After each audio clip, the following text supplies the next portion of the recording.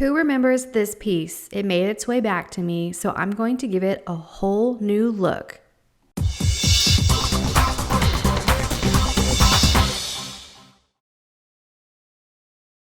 Hello everyone, welcome back. This is a piece that I flipped before. I cleaned up and repaired it for a client.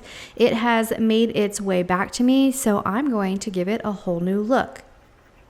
I start by removing the wooden knobs. I know I for sure want to update those a little bit and add metal handles. Next, I make sure that nothing was shifted around in a trip back to my workshop, so I slide all the drawers in and out to make sure they can move smoothly. While checking all the drawers, I notice in the very top drawer there is a stain that will have to be taken care of because it looks kind of gross. I don't know what that is. When I originally repaired the dresser, I used some C-clamps and made them a little too tight and made some round indentions in the veneer of the top drawer. So I decided the best thing to do is to go ahead and remove all that veneer on the top drawer so I can give this a whole new fresh start. Now there are a lot of different ways to remove veneer. If you press in the middle of the round of this drawer, you can hear the veneer popping, so I know that the glue is already coming loose and the veneer is coming up still even after my repair because this top drawer had a lot of damage. So I decided the best method is to use a heat gun to heat up that glue a little bit more, loosen it up, and pry that veneer off. Now, during the process, I noticed that there isn't just the top stained design. There is another sheet underneath. So I do decide to go ahead and pull off both layers of wood and get down to the real wood that is underneath. And then I used my chisel to scrape off the big clumps of glue that was left behind. And ta-da, no more damaged veneer. Next, I move on to the other 4 drawers and I decide the best method to kind of see what is underneath this finish is to grab my carbide scraper and to start scraping off the old finish. Carbide scrapers do have a little bit of a learning curve, but once you get the hang of them, they are a nice, easy way to remove previous finish without having to use toxic chemical strippers. Carbide scrapers will also take down on the amount of time that you spend sanding your pieces.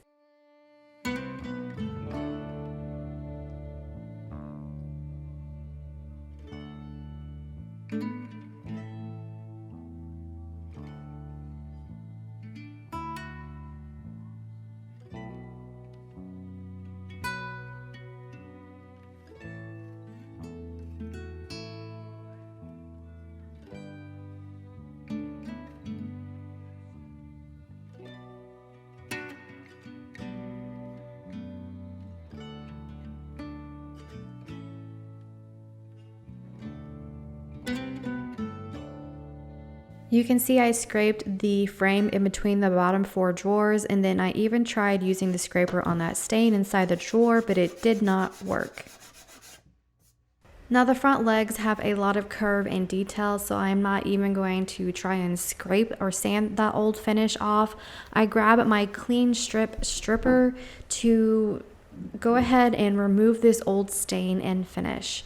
Now I use this formula and let it set for 15 minutes and then use a brush to scrub it off. And you can see afterwards that I still just didn't have enough of that stain removed to get a natural wood look like I wanted. So I saw at Walmart that Clean Strip has a spray formula, so I decided to go ahead and try this out for the second coat. So I've seen a lot of people use the oven spray cleaner. You don't really have to do that because there actually is spray stripper in a can that is made for removing finishes. It's really hot, so I wrap the legs up with some saran wrap while I wait for the 15 minutes and then grab that brush after I take the saran wrap off and then scrub and scrub and scrub. But this is the most stubborn stain and finish I have come across, and After spending all this time trying to remove that off, I finally decided to abandon ship, and I'm no longer going to do the natural wood look on the leg. Now I have a sandblaster. I could do another round of stripper. There's a lot of things I could do to eventually get all of this stain off, but in the end I decided it just wasn't worth my time and decided to go with plan B and decided to paint the legs instead of keep them natural wood. And now finally I am on to cleaning. When I did this piece for my client, I know that I finished the piece off with some Howard feed-in wax, and I want to remove that wax because I do plan on painting some of this, and you don't want wax on your surface when you're going to paint. So I use mineral spirits in a fine grade steel wool to scrub and clean the surface, and then use a cloth to wipe up the remaining left behind mineral spirits. I do use the steel wool and a scrub brush to scrub all of the fine detail on this piece, and I repeat that process and clean the inside and outside of everything.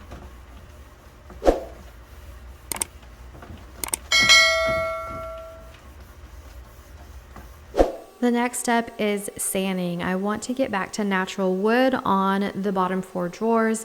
So this is a sanding screen from Surf Prep that I can attach to my Surf Prep sander. Now my whole pad is kind of losing the Velcro and the stick, so my sanding pad falls off a whole lot during this process. But I love the steel wool or the steel grade screens because they help remove that finish off so much faster than just regular sandpaper.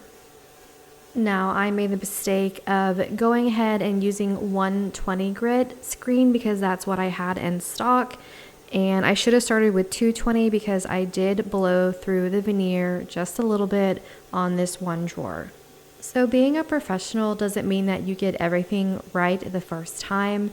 Being a professional is having the experience and knowing how to fix or cover up your mess ups. So I'll show you what I did to fix mine. So I mentioned my whole pad is losing its stickiness. So here is a little slow-mo montage of my sanding sponge falling off over and over and over again. And this happened through the entire process, no matter what sanding pad or sponge or paper I was using. It was so frustrating, and I definitely need to order me another one soon.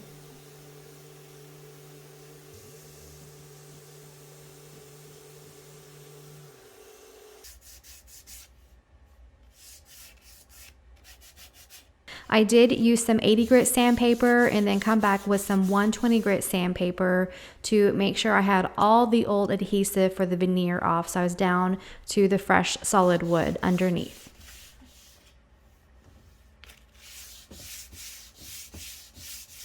After all that sanding, there are still a few nicks and marks into the wood from removing the old veneer, so I grabbed my Dixie Belle mud to fill those in to give it a smooth, fresh look. Now I didn't go in and fill in all the nicks and dings because that would take forever, and this is an older piece, so I do want some of its story and beauties to still shine through into the finished piece. Now on the back of the drawer front, that veneer is coming loose, so I put some wood glue in a glue syringe, put the glue down in there and clamped it up and let that set overnight.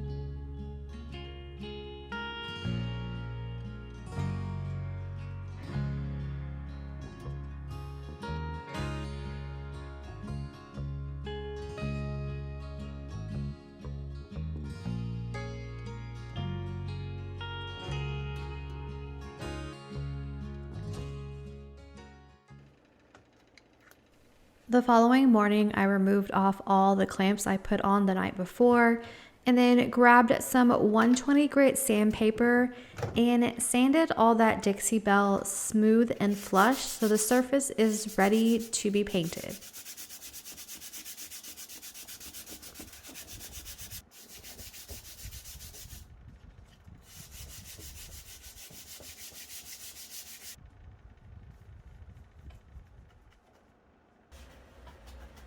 After all that sanding, I like to knock away the big loose dust with a feather duster, and then I come back with a damp lint-free cloth and go over the surface to remove the rest of the dust.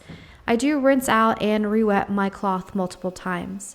Now in all this detail, it's impossible to get that out, so I'm so thankful that I have an air compressor where I can blow all that dust away.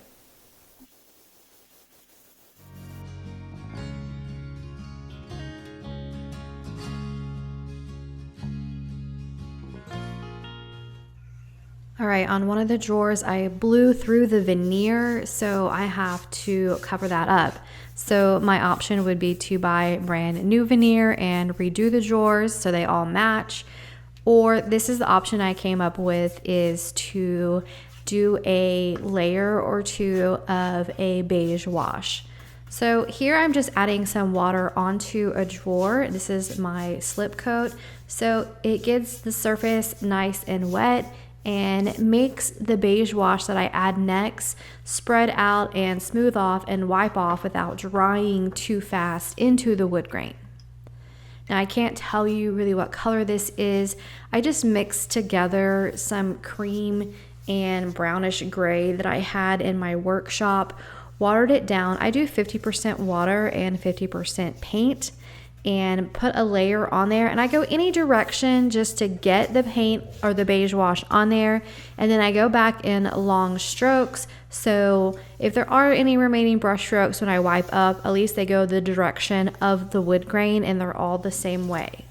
Now after that process, you want to grab a soft cloth, so a piece of t-shirt, or this is a shop cloth that I have, and wipe the same direction on all the drawers and just wipe back your beige wash. You can repeat this process until you get the solid coverage that you want, the color that you want. For me, I ended up doing this process twice. So I let this first layer dry for an hour. I came back out and misted the surface with my water bottle. I didn't do a slip cover, like wet it again, because you would just wet your bottom layer too much and that would come up when you wiped your brush. So just a little bit of mist, another layer of the beige wash, and then wipe it up with the cloth. And then I thought that that looked good and it was the color that I wanted. And the best part that is that you could no longer see where I blew through the veneer when I was sanding.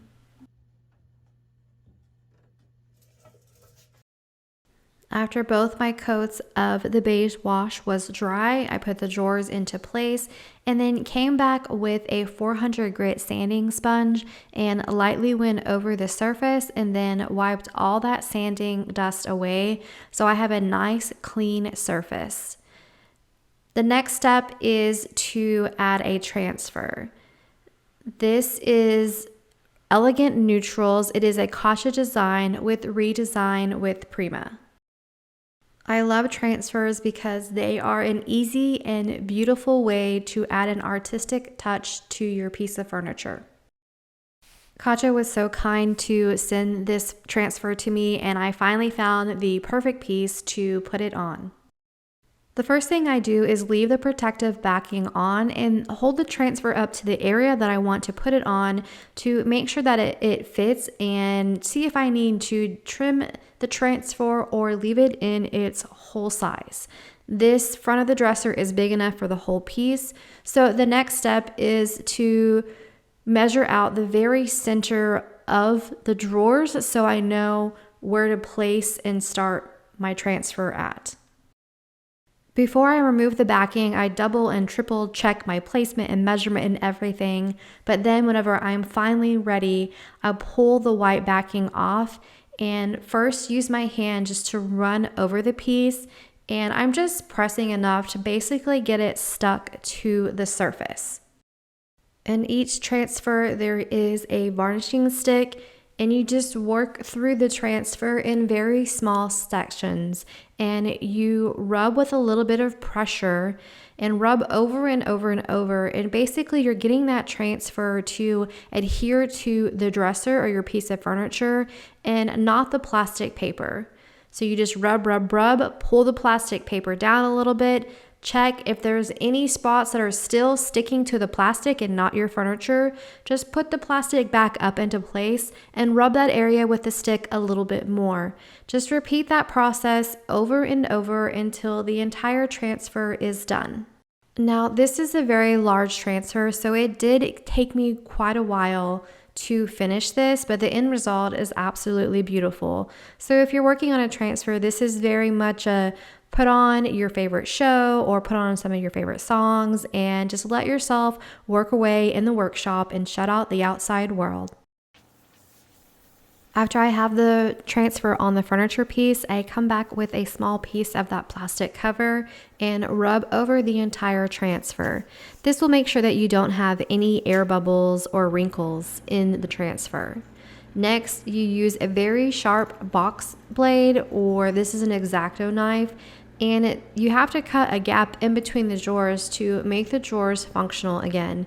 So I like to cut along the bottom of the top drawer and then use my fingernail to press the transfer down around the frame of the dresser. So when you're standing back and looking down, there is not a paint gap or a color distortion. It just looks like the furniture flows or the transfer flows all together in between the drawers. Transfers do have to be protected, so this is water-based polyurethane, and for now I just spray one coat over the drawers and the transfer to protect it.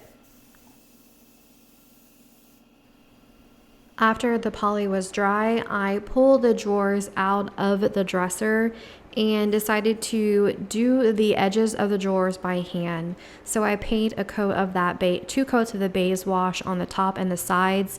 And when that was dry, I came back with that clear coat to protect that paint job.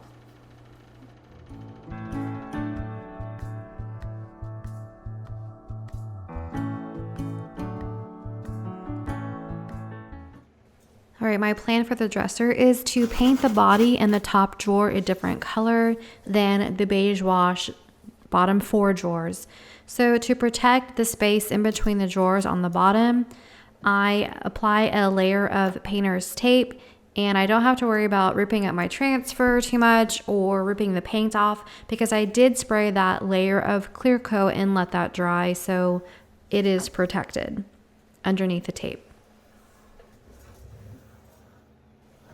All right, for primer today, I'm using Kiehl's Primer in Gray. I really like this primer because it is water-based, so it makes it easy to use, but it seems to have a little bit more blockage than any of the other water-based primers out there that I have used. So my thought is to try it on this antique and see how it does. So I water it down a little bit so I can spray it through my 3M AccuSpray gun and apply one coat of the primer and let that dry.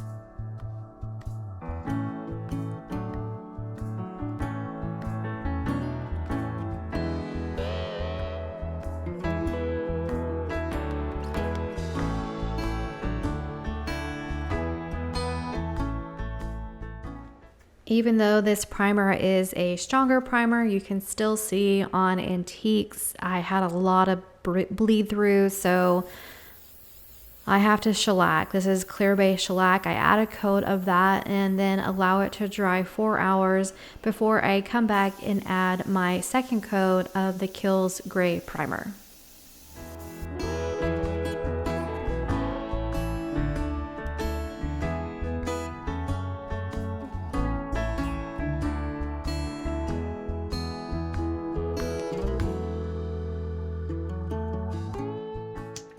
All right, I want the color of the body to match the transfer. So this is an burnt orange, fall orange color that I mix up together in my workshop.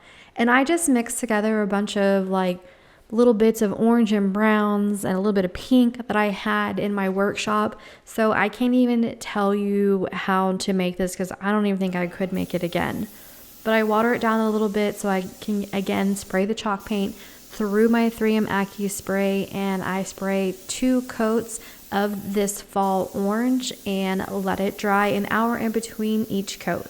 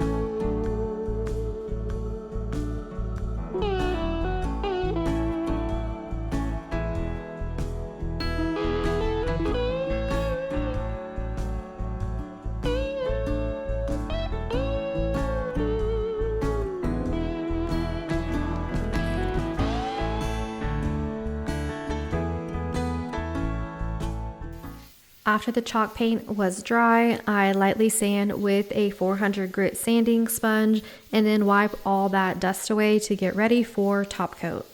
If you stuck with me this far, I would like to think that you are a fan of my content or into furniture flipping.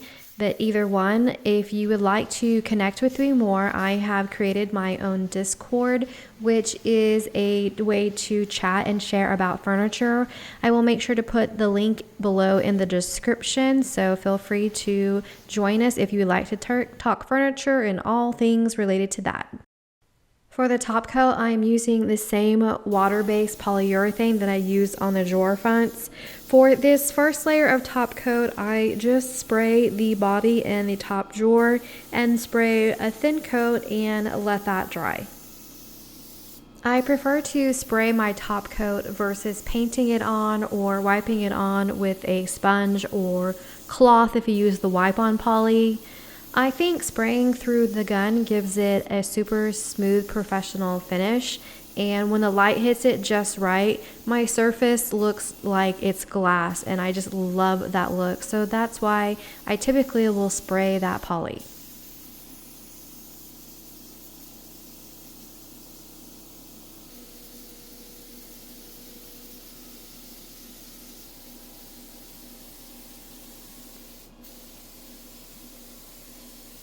Now with the particular polyurethane that I use, it is ready for the second coat in 1 hour. So after the first coat was dry, I come back and I remove the painter's tape from the spaces in between the drawers. Originally I added that tape because I wanted to spray my primer and paint on the body, and it's a different color than what the drawers are, so that tape protected it. But now it's top coat and I want to add top coat, the second layer, to all the surfaces that I painted, no matter what color it is.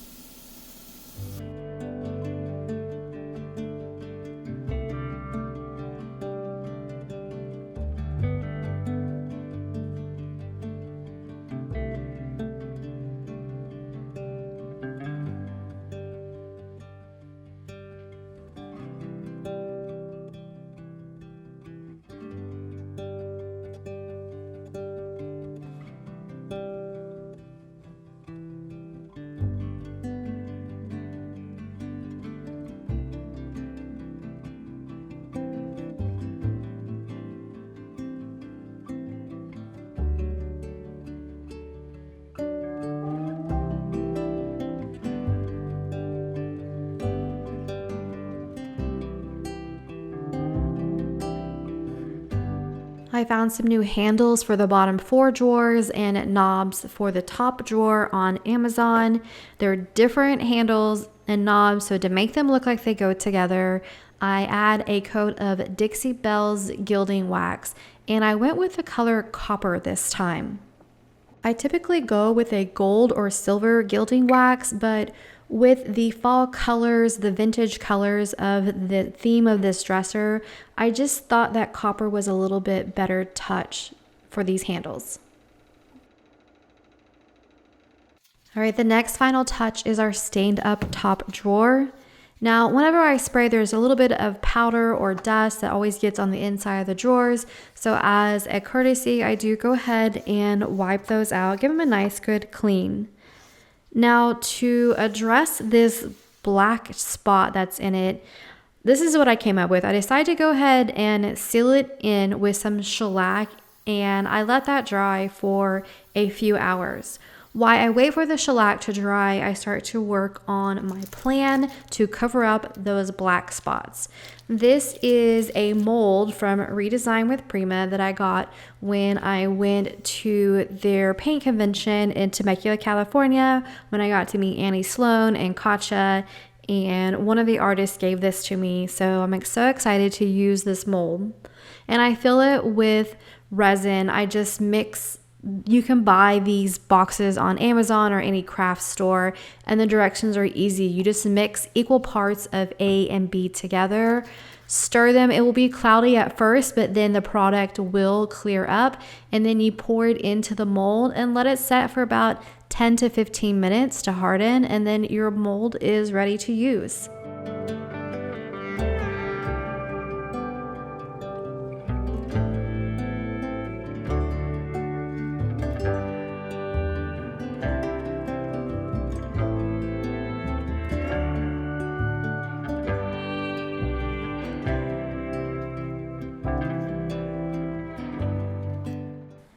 And you can see that it just makes a beautiful flower. Now, the only issue is that the resin dries white, so white doesn't really go with the theme of this piece. So I use that same copper gilding wax to make the flower a copper color instead. After that, I applied some wood glue on the back and then placed it down in the drawer, trying to cover up as much of the black specks and dots as I can. Put some painter's tape down on that and let it dry for about an hour. And that beautiful flower covered up almost all of the black spots in the drawer. For the rest of them, they're in really good shape. They just need a little bit of conditioning. So I do some Howard feed and wax on the inside and the outside edges of the drawers. And you just rub the Howard feed and wax in and then come back after about 15 minutes and buff away the excess. Now the bottom of the drawers drag when you pull them in and out, and they're wood on wood. And the drawer slides are wood on wood. So I use my tray wax, which is a little bit more durable wax than the Howard feed in wax, to add some lubrication to protect the drawers when they slide in and out, so they go smoothly and they don't wear down as fast with that wax on them. As a courtesy, I also wipe out the inside of the body of the dresser from the powder, the overspray of the paint and the poly. And then I use that tray wax on the inside of the body as well. And I apply that wax everywhere that the drawers are going to rub and slide as people use this piece and pull the drawers in and out. After that, I put the new handles on and put the drawers into place and thought I was done, but I'm not. After I got it all together, I decided that it needed one more thing. This is Bear's decorative wax in the color Dark Antique. Decorative wax is a great way to add a worn or antique look to your pieces. And it really, when you have a detailed piece like this with all the columns on the front, it just really helps highlight and showcase the detail. So I like to add the wax all over, and I work in sections. So I'm working on the side here.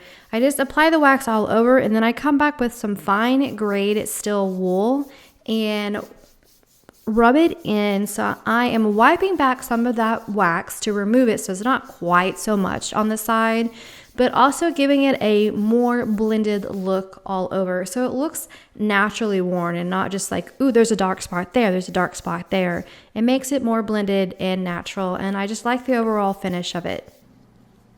I went over the entire piece with the dark wax, including the drawer fronts as well. When you use a furniture wax, you have to let it set for a while, and then the final step is to come back with a lint-free cloth and then buff it, and then this piece is done.